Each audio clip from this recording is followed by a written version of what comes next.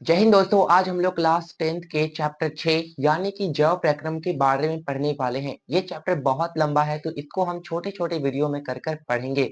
तो देख सकते हैं जैव प्रक्रम में हम क्या पढ़ेंगे। पहला है पाचन तंत्र यानी कि डाइजेस्टिव सिस्टम हम लोग पढ़ने वाले हैं।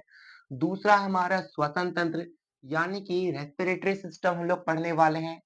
तीसरा है वहन तंत्र यानी कि ट्रांसपोर्ट सिस्टम हम लोग पढ़ने वाले हैं। चौथा हमारा उत्सर्जन तंत्र यानी कि एक्सक्रेटरी सिस्टम हम लोग पढ़ने वाले हैं इसमें जैव प्रक्रम यानी कि क्लास 10th का छठा चैप्टर में। आप पाचन तंत्र देख सकते हैं किस प्रकार से उसका चित्र है। आप वहन तंत्र श्वसन तंत्र देख सकते हैं। आप देख रहे होंगे यहाँ साइड में चित्र में। उसके बाद वहन तंत्र आप देख सकते हैं इस प्रकार से उसका डायग्राम है। और उत्सर्जन तंत्र आप देख रहे हैं किस तरह से इसका डायग्राम है। तो आप सबके डायग्राम देख चुके हैं तो इसको हम लोग एक एक करके वीडियो में कंप्लीट करेंगे और आपको एक कंप्लीट नॉलेज दिया जाएगा। तो चलिए हम लोग पढ़ते हैं पहला पाचन तंत्र जो हमारा जैव प्रक्रम का पहला पार्ट है पढ़ने का। ये पार्ट नंबर 1 है। चलिए हम लोग इसको कंप्लीट करते हैं। तो वीडियो को शुरू करते हैं। Let's begin the video.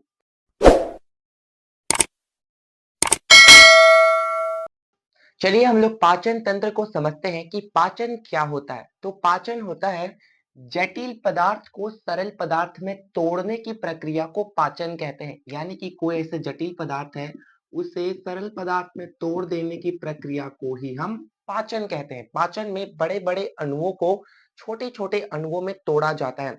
जैसे आप रोटी खाते हैं तो रोटी तो बहुत बड़ा होता है तो कोशिकाओं को ऊर्जा निकालने के लिए छोटी मात्रा में रोटी चाहिए। तो उसे हम लोग दांत से चबा के तोड़ते हैं। उसके बाद दांत में जो लार ग्रंथियां होती है उसे और पचाती है, फिर छोटे छोटे अणुओं में तोड़ती है जिससे कोशिका उससे ऊर्जा निकाल पाती है। तो इसे क्रमबद्ध तरीके से समझते हैं। पाचन जो है ये जटिल पदार्थ से सरल पदार्थ में टूटना है।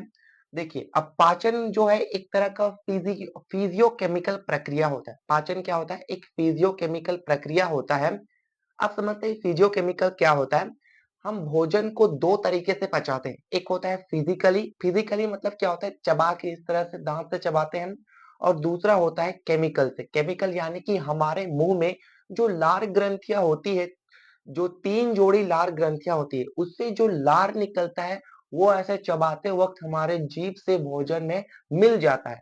इससे जो पचता है उसको हम लोग केमिकल कहते हैं। यानी कि भोजन पचाने में हमारा दांतों की भी मदद लगती है यानी कि फिजिकली, और लार ग्रंथियों की भी सहायता लगती है यानी कि केमिकल। तो हमारा जो पाचन है ये दोनों तरह की प्रक्रिया है यानी कि फिजियोकेमिकल। इसमें फिजिकली भी होता है और केमिकल भी होता है। अब देखिए पाचन जो होता है वो सभी पदार्थों का नहीं होता है। पाचन मुख्य रूप से 3 चीजों का होता है, प्रोटीन, कार्बोहाइड्रेट और फैट। इन 3 चीजों का पाचन होता है। इसके अलावा जो जल होते हैं, विटामिन होते हैं, खनिज लवण होते हैं, इनका पाचन नहीं होता है। अगर आपसे पूछा जाए कि किनका पाचन होता है तो 3 चीजों का होता है। कार्बोहाइड्रेट हो गया, प्रोटीन हो गया और विटामिन हो गया। नहीं, विटामिन नहीं, ये फैट हो गया। इन 3 चीजों का पाचन होता है।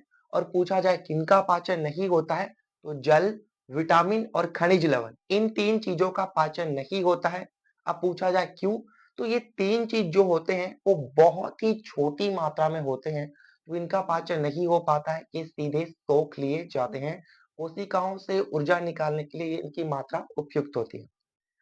अब देखिए पाचन का मुख्य कार्य क्या होता है? पाचन का मुख्य कार्य होता है भोजन से ऊर्जा प्राप्त करना। हम लोग भोजन क्यों पचाते हैं? ताकि भोजन में जो ऊर्जा निहित है वो ऊर्जा निकल कर हमारे शरीर में चला जाए, इसलिए हम लोग पाचन क्रिया करते हैं। तो आप यहाँ समझ गए कि पाचन क्या है। हमने समझ लिया कि पाचन से हमें ऊर्जा मिलती है। पाचन से जो भोजन टूटते हैं उससे हमें ऊर्जा मिलती है, ये हम लोग समझ लिए। अब समझते हैं पाचन जो होता है वो 2 रूपों में होता है। आप देख सकते हैं डाइजेस्टिव सिस्टम 2 रूपों में हमारा खाना डाइजेस्ट होता है। एक होता है एलिमेंट्री कैनाल यानी कि आहार नाल में, और दूसरा होता है डाइजेस्टिव ग्लैंड यानी कि पाचक ग्रंथियों के द्वारा। तो आहार नाल में भी आहार नाल और पाचक ग्रंथि इन दोनों में हमारा पाचन होता है। चलिए समझते हैं कैसे। आहार नाल जो आप देख रहे होंगे इस तरह से, यहाँ पर आप डाइजेस्टिव सिस्टम का आप इस तरह से डायग्राम देख रहे हैं। इसमें जो आप देख रहे हैं ये आपको दिख रहा होगा यहाँ मुंह से निकला हुआ, ये आहार नाल है। मुख गुहा से इस तरह से जाते हुए नीचे तक, ये बस ग्रास नली नहीं, मुख गुहा से लेकर ग्रास नली से लेकर अमाशय से लेकर छोटी आंत, बड़ी आंत, गुदा, ये पूरा टोटल A to Z ये सब मिला के आहार नाल है। केवल ग्रास नली नहीं, ये पूरा टोटल मिलाकर आहार नाल है, जो कि कितना होता है, इसकी लंबाई होती है 32 फीट, अगर मीटर में नापा जाए तो ये 9 मीटर के करीब होता है। अब डायग्राम देख लिए तो देखिए, पहला हमारा स्टेज क्या है, पाचन का, मुख गुहा। हमारा भोजन पहले मुंह में जाता है। अब मुंह में क्या होता है, मुंह में आपको दांत मिलेंगे इस तरह से, तो दांत का वीडियो पहले ही अपलोड कर दिया गया है। उसके बाद जीभ मिलेगा, जीभ जो कि आपको स्वाद का पता चलाता है, इसका वीडियो अपलोड हो चुका है। इसके बाद भोजन यहाँ दांतों के माध्यम से टूटता है। फिर मुंह में जो 3 जोड़ी लार ग्रंथियां होती हैं, ये भोजन में लार छोड़ती है, जिससे भोजन लार से मिलता है। इसके बाद भोजन मुख गुहा से ग्रास नली में चला जाता है, जहां क्रमानुकुंचन नाम की गति होती है, जिससे भोजन धीरे धीरे धीरे धीरे होकर अमाशय में पहुंचता है। अमाशय जो कि अंदर के पेट को कहते हैं, बाहर के पेट को हम उदर कहते हैं और अंदर के पेट को हम लोग अमाशय कहते हैं। तो भोजन अमाशय में पहुंचता है, अमाशय में भोजन 4 घंटों तक रहता है। उसके बाद ये छोटी आंत में चला जाता है, उसके बाद ये बड़ी आंत में चला जाता है, फिर गुदा के माध्यम से बाहर हो जाता है। तो ये आप देख लिए हैं एलिमेंट्री कैनाल में पाचन। अब देखिए डाइजेस्टिव ग्लैंड यानी कि पाचक ग्रंथि जो होती है, ये केमिकली पाचन करती है, यानी कि रासायनिक रूप में भोजन का पाचन करती है। ये भोजन में कुछ एंजाइम छोड़ती है, जिससे भोजन पचता है। आप मुंह में ही देख लीजिए, मुंह में आपको लार ग्रंथि मिलेंगी, 3 जोड़ी लार ग्रंथि मिलेंगी, जो 4 प्रकार की एंजाइम छोड़ेगी, जो भोजन को पचाएगा। उसके बाद जैसे ही भोजन ग्रास नली से अमाशय में चला जाएगा, अमाशय में आपको जठर ग्रंथि मिलेंगी, जो 2 ग्रंथ एंजाइम से मिलकर बनता है, रेनिन और पेप्सिन। ये जठर ग्रंथि भोजन को पेट में पचाएगी। उसके बाद जैसे ही भोजन अमाशय से गुजरेगा, तो लीवर और पित्ताशय, ये 2 भी ग्रंथि का काम करते हैं, ये भी एंजाइम छोड़ते हैं पचाने के लिए। उसके बाद छोटी आंत में अग्नाशय जो होगा, ये लेट नाम का एंजाइम भोजन में छोड़ देता है। अब लेट नाम का एंजाइम भोजन को पचाएगा। फिर छोटी आंत में भी कुछ ग्रंथियां होती हैं, छोटी आंत में जो ग्रंथियां पाई जाती है, उन्हें आंत्र ग्रंथि कहते हैं। आंत्र ग्रंथि में हमारा भोजन पचता है, आंत्र ग्रंथि के माध्यम से छोटी आंत में। तो आपने समझ लिया कि भोजन 2 रूपों में पचता है, एक एलिमेंट्री कैनाल आहार नाल में पचता है, और दूसरा होता है पाचक ग्रंथि। इन 2 माध्यम से हमारा भोजन पचता है। तो चलिए अब हम लोग एक एक करके समझते हैं हमारा मुख गुहा। मुख गुहा, अब हम लोग इसको समझते, चलिए मुख गुहा को। मुख गुहा में हमारा भोजन किस तरह से पचता है, किस तरह से लार ग्रंथियां भोजन को पचाती है। मुख गुहा को माउथ कैविटी, ओरल कैविटी या बकल कैविटी कहते हैं। तो आप देख रहे हैं, माउथ कैविटी या आप ओरल कैविटी कहिए या बकल कैविटी कहिए, इन सभी जो नाम है ये मुख गुहा का है। इन नामों से आप मुख गुहा को पुकार सकते हैं। मुख गुहा जो होता है, ये मुंह का जो खाली भाग होता है, इसे हम मुख गुहा कहते हैं। हम सबसे पहले भोजन मुख गुहा में ही डालते हैं, और भोजन में पाचन की शुरुआत मुख गुहा से ही होती है। क्यों? क्योंकि मुख गुहा में ही 3 जोड़ी लार ग्रंथियां पाई जाती है, जैसे पहले बताया गया। ये 3 जोड़ी लार ग्रंथियां कौन कौन सी होती है? एक लार ग्रंथि होती है पैरोटीड, दूसरा होता है सबलिंगुअल, चित्रा आप देख रहे हैं सबलिंगुअल, तीसरा होता है सबमेंडिबुलर। पैरोटीड होती है, यही लार ग्रंथि सांप में जहर का काम करती है। सांप के शरीर में जहर नहीं होता, उसके सिर्फ दांतों में जहर होता है। और ये किस ग्रंथि कारण होता है? पैरोटीड ग्रंथि के कारण। अब देखिए, इन 3 लार ग्रंथि तो यहाँ दिया गया है, पैरोटीड दिया गया है, सबलिंगुअल दिया गया है, सबमेंडिबुलर दिया गया है, लेकिन हम लोग को पढ़ना है सिर्फ पैरोटीड ग्रंथि के बारे में। ठीक है, तो 3 जोड़ी लार ग्रंथि होती है, इससे हर दिन कुल मिलाकर 1 से 1.5 लीटर लार निकलता है। यानी कि हमारे मुंह में हर दिन प्रतिदिन 1 से 1.5 लीटर लार बनता है, जो भोजन में भोजन को पचाने का काम करता है। अब देखिए, पैरोटीड जो है, इसमें हम लोग को इस प्रकार के एंजाइम आपको देखने के लिए मिलेंगे। ये एक लार ग्रंथि है पैरोटीड। आपको पैरोटीड में इस प्रकार के एंजाइम देखने के लिए मिलेंगे, लाइसोजाइम, टाइलिन, डाइस्ट्रेज, म्यूकस। ये जो लाइसोजाइम है, टाइलिन है, डाइस्ट्रेज है, म्यूकस, ये 4 एंजाइम है। जबकि पैरोटीड ये एक ग्रंथि है, और ये एंजाइम पैरोटीड ग्रंथि से निकलती है। तो देखते हैं आप सबका काम। लाइसोजाइम का क्या काम होता है? लाइसोजाइम जो होता है ये भोजन से जीवाणुओं को मारने का काम करता है, यानी कि ये जीवाणुनाशी का काम करता है। जब भी आप भोजन खाते हैं तो उसमें छोटे छोटे जीवाणु रह जाते होंगे जो कि अच्छे से साफ नहीं हो पाते हैं। इससे आप जैसे ही मुंह में डालते हैं और भोजन को ऐसे चबाते हैं तो उसमें जो जीवाणु होता है वो लाइसोजाइम के कारण मर जाता है और आप भोजन को अंदर ले जाते हैं जिससे आपको हानि नहीं पहुंचती है। कभी-कभी देखिएगा कोई मजदूर काम करता है, जैसे ऐसे काम करता है, हाथ उसके गंदे होते हैं, फिर अगर कोई उसे प्रसादी दे दिया या कोई खाना दे दिया तो ऐसे पकड़ के खा लेता है।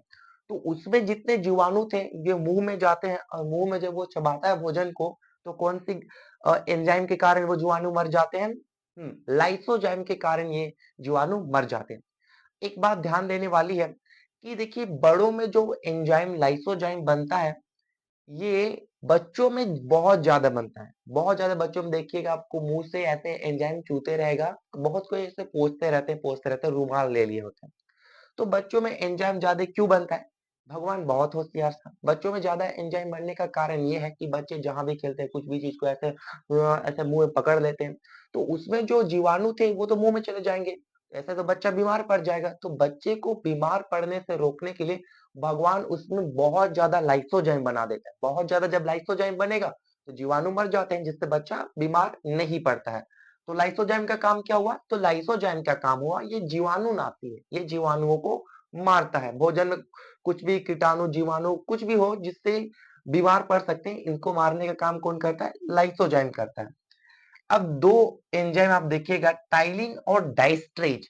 टाइलिन और डाइस्ट्रेज का एक ही काम होता है, वो होता है स्टार्च का पाचन। स्टार्च जिसे मंड या चोकर बोलते हैं, इसको पचाने का काम कौन करता है? टाइलिन या डाइस्ट्रेज। ये 2 प्रकार के एंजाइम होते हैं जो मंड को पचाने का काम करते हैं। मंड जो आप देखिएगा अनाज का छिलका जो होता है उससे हम लोग मंड बोलते हैं। गेहूं को देखिएगा आप उसके ऊपर पतला पतला छिलका होगा वो मंड होता है। गेहूं को आप अगर पिसा लें और कितना भी अच्छे से चाल लें उसमें मंड रहता ही रहता है। अगर पूरी तरह से मंड निकल गया यानी चोकर निकल गया तो वो गेहूं मैदा बन जाता है।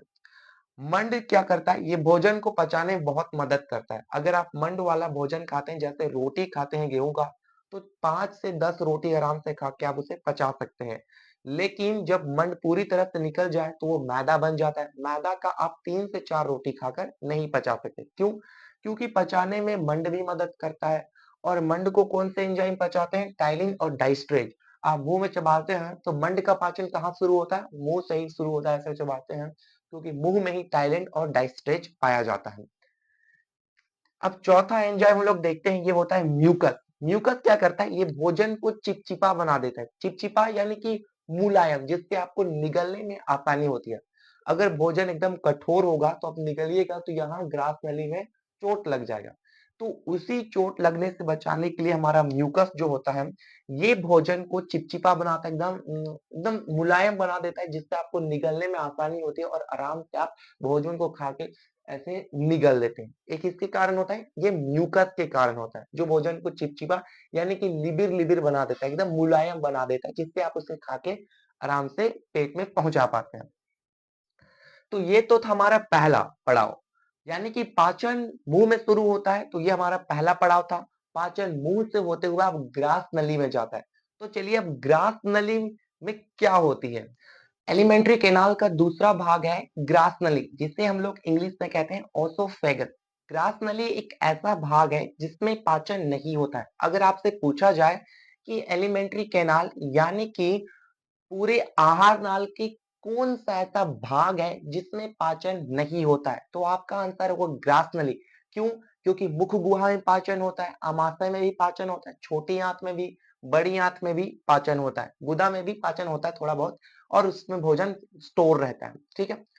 तो जैसे ही हमारा ग्रास नली का नाम आता है यानी कि ओसोफेगस, आप जिस तरह से डायग्राम में देख रहे हैं हमने मुख गुहा कंप्लीट कर लिया है और ये ग्रास नली आप डायग्राम में देख रहे हैं इसमें पाचन नहीं होता है। इसमें क्या होता है? भोजन इसके माध्यम से हमारा अमाशय में जाता है और भोजन को मुख गुहा से अमाशय में पहुंचाने के लिए ग्रास नली में एक गति होती है जिसे हम लोग कहते हैं क्रमानुकुंचन यानी कि पेरिस्टालसिस। पेरिस्टालसिस यानी कि क्रमानुकुंचन एक ऐसा गति होता है जो भोजन को धीरे-धीरे धकेलता है, जिससे भोजन अमाशय में धीरे-धीरे पहुँचता है। अगर ग्रास नली में क्रमानुकुंचन नहीं होगा तो भोजन धड़-धड़-धड़-धड़ गिरेगा। उससे हमारे अमाशय के ऊपरी भाग में चोट भी लग सकती है और आवाज़ करेगा ढप ढप ढप ढप ढप। तो इसे रोकने के लिए ग्रास नली में कौन-सी गति होती है? क्रमानुकुंचन यानी पेरिस्टाल्सिस। ये गति कभी-कभी आप भी करते हैं। जैसे अगर आप ब्रश करते हैं और आपका जो पेस्ट होता है, कोलगेट होता है, वो खत्म हो जाता है, तो आप भी इस तरह से चिप के निकालते हैं। माने कि एक बार ऐसे निकालें, फिर एक बार और निकालें, फिर एक बार और निकालें, फिर एक बार निकालें, फिर आप निकालते हैं। तो इसी को ही हम लोग कहते हैं क्रमानुकुंचन यानी कि पेरिस्टाल्सिस और ये कौन से भाग में होता है? ये ग्रास नली में होता है। चलिए अब हम लोग तीसरे भाग यानी कि अमाशय के बारे में जानते हैं, स्टोमक के बारे में। तो अमाशय के 3 भाग होते हैं। अमाशय जो हमारा पेट होता है जिसमें हमारा भोजन जमा रहता है 4 घंटों तक, उसके 3 भाग होते हैं। कौन-कौन से? एक भाग को बोलते हैं कार्डियक, जो आप देख रहे हैं, एक भाग होता है कार्डियक, दूसरा भाग को कहते हैं फांडिक, तीसरा भाग को कहते हैं पाइलोरिक। अमाशय के 3 भाग होते हैं। कौन-कौन से? Cardiac, fundic, pyloric. तो कार्डियक ऊपर वाले भाग को कहते हैं। इस भाग को हम लोग कहेंगे कार्डियक। क्यों? क्योंकि ये भाग जो होता है वो दिल के नजदीक में होता है और दिल जो मांसपेशियों से बना होता है, उस मांसपेशियों को भी हम लोग कहते हैं कार्डियक मांसपेशी। ठीक है? तो उसके नजदीक में जो पेट का भाग होता है, अमाशय का भाग होता है, वो भी उसी मांसपेशी से बना होता है, यानी कार्डियक मांसपेशी से बना होता है। इसलिए उस भाग को हम लोग कहते हैं कार्डियक। अब कार्डियक जो हमारा ऊपरी वाला भाग होता है, ये अमाशय का ऊपर का भाग होता है।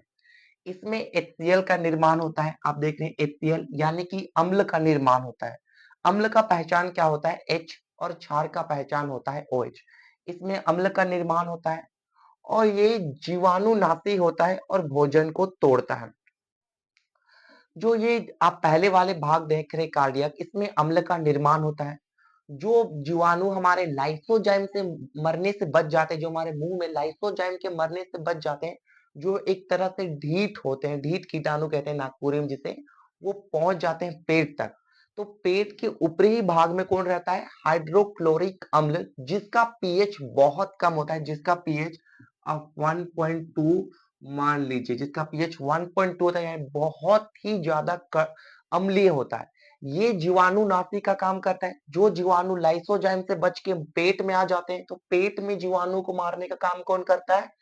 हाइड्रोक्लोरिक अम्ल, जो कि कार्डियक वाले भाग में बनता है। साथ ही ये भोजन को सड़ने से बचाते हैं। जो भोजन पेट में आ जाते हैं, वो कुछ-कुछ भोजन सड़ने लगते हैं, जिसमें भोजन के साथ अगर पानी मिला दिया जाए, तो ये सड़ने लगते हैं। तो ये भोजन को सड़ने से बचाते हैं और भोजन को टुकड़ों में तोड़ देता है। अगर भोजन के बड़े पीस हो, बड़े-बड़े टुकड़े हो, तो इसे छोटे-छोटे टुकड़ों में भी करता है कौन? हाइड्रोक्लोरिक अम्ल। तो ये पेट में बहुत ही ज्यादा उपयोगी भूमिका निभाता है। कौन? हाइड्रोक्लोरिक अम्ल। ये जीवाणु मार देता है, भोजन को तोड़ देता है, सड़ने से बचाता है। अब देखिए, आप ये क्वेश्चन पूछते होंगे कि जैसे हाइड्रोक्लोरिक अम्ल इतना कड़वा है, तो इससे पेट जलता क्यों नहीं है?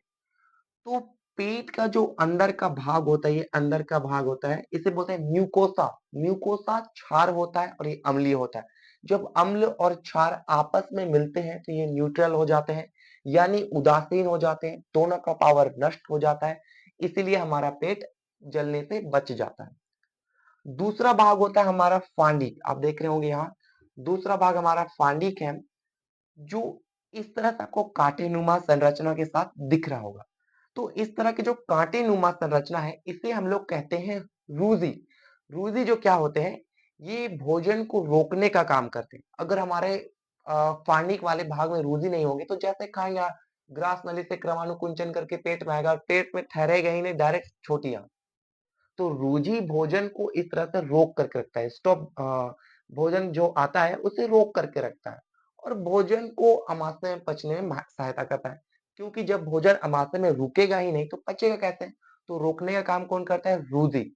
और ये रूझी जो होता है, जब हम लोग व्रत रखते हैं, व्रत मतलब कि जब हम लोग भूखे रहते हैं, भूखे प्यासे रहते हैं, बहुत समय तक खाना नहीं खाए होते हैं, तो इस तरह से रहता है और ये इस तरह से खड़ा हो जाता है। जिससे हम इस तरह से बैठते हैं तो हम लोग को चुभता है, जिसको हम लोग बोलते हैं चूहा दौड़ रहा है।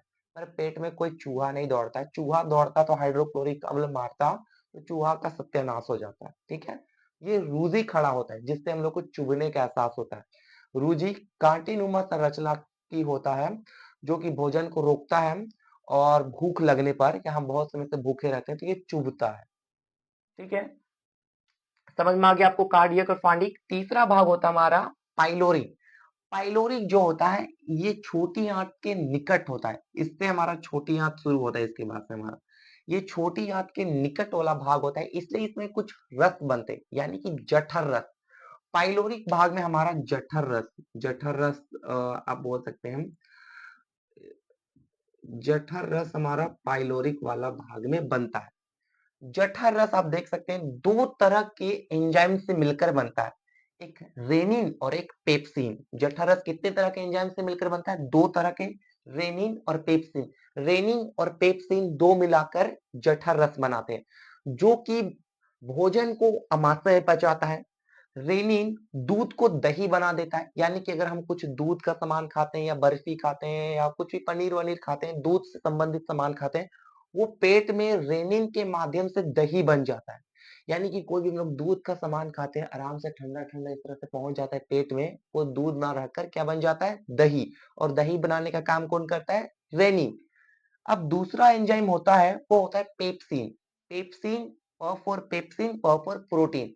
ये प्रोटीन को पचाने का काम करता है। ये प्रोटीन को तोड़कर पेप्टोन में बदल देता है। कौन? पेप्सिन प्रोटीन को तोड़कर पेप्टोन में बदल देता है। रेनिन दूध से दही बना देता है। और जब कोई बुजुर्ग आदमी होता है तो उसका पेट वोट तो काम नहीं करता है, ऐसा ढंग से काम नहीं करता है, तो जब वो दूध खाता है तो रेनिन उतना निकलता नहीं है, तो दूध दही नहीं बन पाता, जिससे उल्टी हो जाती है। उल्टी हो जाने से हमारा नाक मुंह इस तरह से जलने लगता है। तो क्यों जलता है? तो आप जो खाना खाए थे दूध वो सही था, लेकिन जो बाहर निकला है वो किसके कारण जलता है? हाइड्रोक्लोरिक एसिड के कारण। हमारा भोजन पेट में पहुंचता है, अब रेनिन ना निकलने के कारण बुजुर्ग लोगों में नहीं पच पाता है, तो इस तरह से उल्टी कर देते हैं। उल्टी कर देने से क्या होता है? हाइड्रोक्लोरिक एसिड भी हमारे मुंह से निकल जाता है, जिससे हमारा मुंह इस तरह से जलने लगता है। ठीक है, तो बुजुर्ग लोगों को डॉक्टर ये सलाह देते हैं कि आप दूध ना खाकर क्या खाइए? दही, क्योंकि दूध तो दही बन ही जाता है। और बुजुर्ग लोग में पेट समस्या बहुत सारी परेशानियां होती है, इसलिए उन्हें थोड़ा सा कम पचने वाला भोजन दिया जाता है। ठीक है, तो आप ये समझ गए अमाशय में क्या क्या होता है। अब देखिए अमाशय में क्या होता है, एक और समस्या होती है। एक क्वेश्चन आता होगा, अगर हम लोग शादी जाते हैं, पार्टी जाते हैं, कहीं भी जाते हैं, तो हम लोग बहुत ज्यादा खाना खा लेते हैं। बहुत ज्यादा यानी हम लोग आइसक्रीम खा लिए, खाना खा लिए, उसके साथ कुछ भी और सब्जी वब्जी खा लिए, चाट पकौड़ी सब खा लिए, बहुत सारा खाना खाते हैं। तो जितना खाना खाएंगे उतना हमारा हाइड्रोक्लोरिक एसिड निकलेगा। अब हमारा हाइड्रोक्लोरिक एसिड 1.5 लीटर 2 लीटर ऐसा निकल गया। अब निकल जाने के बाद हमारा पचता है भोजन, तो पचने के बाद उससे कुछ गैस निकलती है। गैस, भोजन पचने के बाद कुछ गैस निकलती है, उस गैस को हम लोग कहते हैं अम्लीय गैस। इंग्लिश में कहा जाता है एसिडिटी। ठीक है, इंग्लिश में क्या कहा जाता है? एसिडिटी। अब एसिडिटी निकलता है, तो एसिडिटी से बचने के लिए क्या कारण होता है? मिल्क ऑफ मैग्नीशिया, यानी कि MgOH का होल 2। MgOH का होल 2। और ये कहाँ मिलता है? ये मिलता है हमारा इनो में। आप प्रचार नहीं देखते हैं 6 सेकंड में गैस गुल, तो ये कहाँ बोलता है? MgOH का होल 2 माने मैग्नीशियम का दूध, मिल्क ऑफ मैग्नीशिया, जो कहाँ मिलता है? इनो। और ये किससे राहत पहुंचाता है? एसिडिटी यानी अम्लीयता से। ठीक है, ये इससे हमें राहत पहुंचाता है। तो आप पेट के बारे में जितने भी काम थे सबको समझ चुके हैं कि पेट की क्या क्या फंक्शन है। पेट के 3 भाग होते हैं, यानी माशय के 3 भाग होते हैं, कार्डियक, फांडिक, पाइलोरिक। कार्डियक में हाइड्रोक्लोरिक अम्ल होता है जो जीवाणुनाशी होता है। फांडिक में रूजी होते हैं जो भोजन को रख कर रखते हैं। और पाइलोरिक में कुछ जठर रस होती है जो रेनिन और पेप्सिन दो एंजाइम से मिलकर बनता है। तो हम लोग क्या समझ लिए? मुख गुहा समझ लिए, ग्रास नली समझ लिए, अमाशय समझ लिए। तो चलिए हम लोग अगले वीडियो में बाकी की जो छोटी आंत, बड़ी आंत और गूदा है उसको कंप्लीट करते हैं। तो आप पार्ट 2 के लिए बने रहिएगा। धन्यवाद।